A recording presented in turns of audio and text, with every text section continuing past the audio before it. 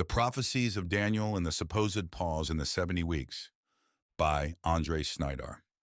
There is much about prophecy that is unclear to us today that will be clear when the time for its fulfillment has arrived. This is not to say, however, that it is impossible to learn about it and arrive at fruitful conclusions.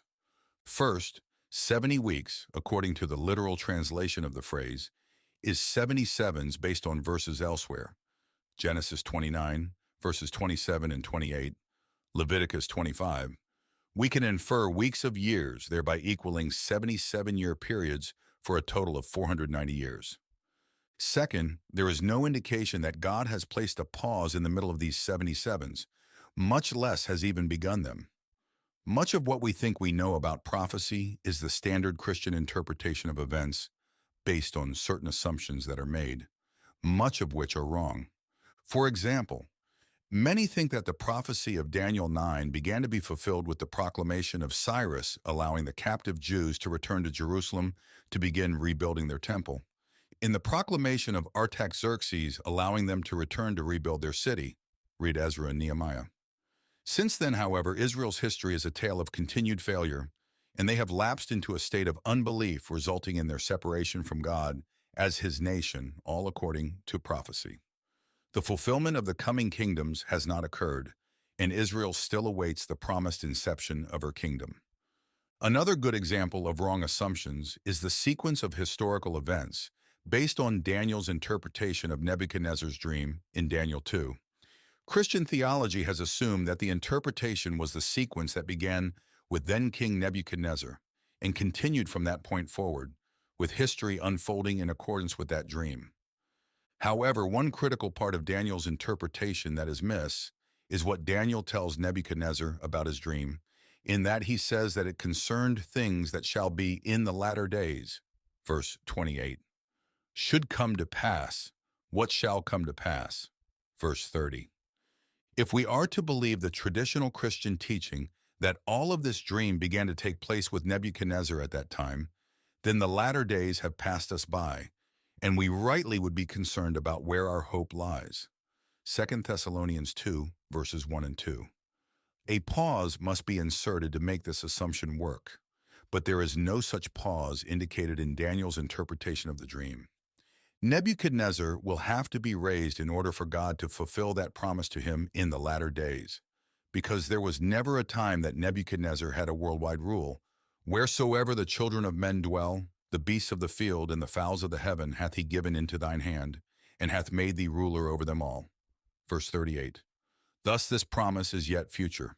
Also, the procession of kings in the dream's interpretation doesn't mean that they are consecutive with the next king dominion arising after the end of the previous king dominion. These kings are somewhat concurrent over time. That is, sometime during Nebuchadnezzar's future reign, a second king arises to establish his own kingdom, and during that reign a third king arises, etc. Moreover, the final kingdom that is established is God's kingdom, which shall never be destroyed. Verse 44. This certainly has not occurred to date. Another example of wrong interpretation is the idea that age-abiding righteousness, Daniel 9:24, was brought in based on the assumption that Christ is the Messiah, KJV of verse 26. The word translated thus is a transliteration of a Hebrew word that is always rendered anointed, except for the two occurrences in Daniel 9 where it is rendered Messiah because it was assumed to be talking about Jesus Christ, which is a clear indication of the translators' religious bias. Indeed, the word Messiah occurs nowhere else in the Scripture.